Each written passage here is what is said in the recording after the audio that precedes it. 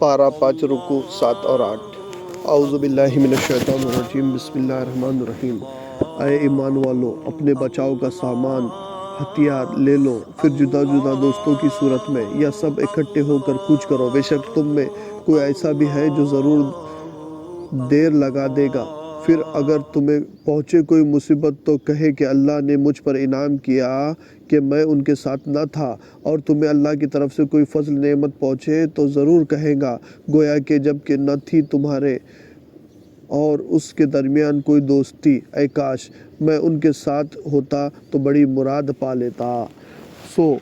چاہیے کہ اللہ کے راستے میں لڑے وہ لوگ جو دنیا کی زندگی بیچتے ہیں، قربان کرتے ہیں آخرت کے بدلے، اور جو اللہ کے راستے میں لڑے پھر مارا جائے یا غالب آئے، ہم عنقریب اسے بڑا اجر دیں گے۔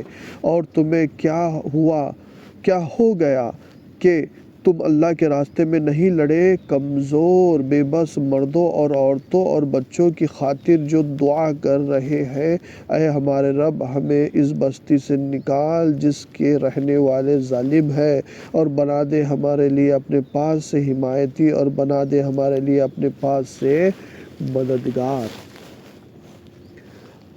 ایمان لانے والے اللہ کے راستے میں لڑتے ہیں اور کافر لڑتے ہیں طاغوت سرکش مفسد کے راستے میں۔ تم شیطان کے ساتھیوں سے لڑو، بے شک شیطان کا فریب کمزور ہے۔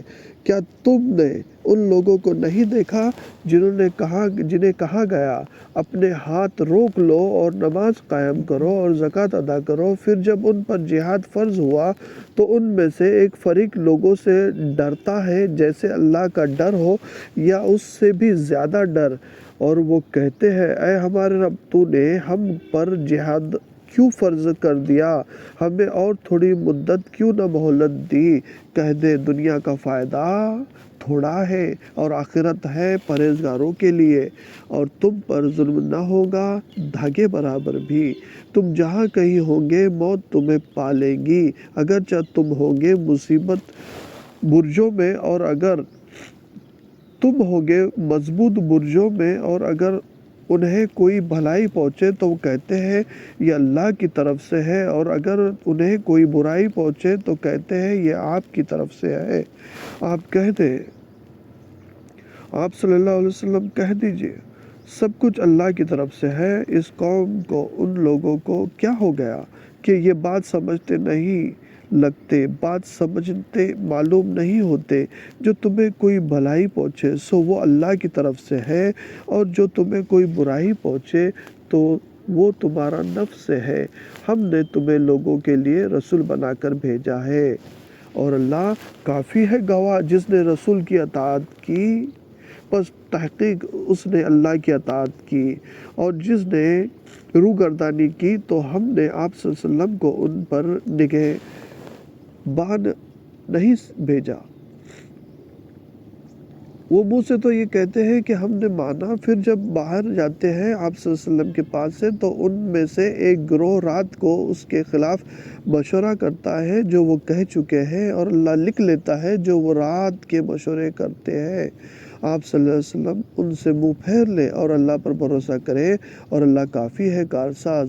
پھر کیا وہ قرآن پر غور نہیں کرتے؟ اور اگر اللہ کے سوا کسی کے پاس کسی اور کے پاس سے ہو تو اس میں ضرور بہت اختلاف پاتے، اور جب ان کے پاس کوئی امن کی خیر آتی ہے یا خوف کی تو اسے مشہور کر دیتے ہیں، اور اگر اسے پہنچاتے ہیں رسول کی طرف اور اپنے حاکموں کی طرف تو جو لوگ ان میں سے تحقیق کر لیا کرتے ہیں اس کو جان لیتے ہیں، اور اگر اللہ کا فضل نہ ہوتا تم پر اور اس کی رحمت نہ ہوتی تو چند ایک کے سوا تم شیطان کے پیچھے لگ جاتے۔ پس آپ صلی اللہ علیہ وسلم اللہ کی راہ میں لڑے۔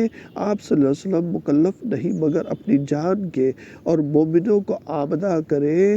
قریب ہے کہ اللہ روک دے کافروں کی جنگ، اور اللہ کی جنگ سخت تر سے، اور اس کی سزا سب سے سخت ہے۔ جو کوئی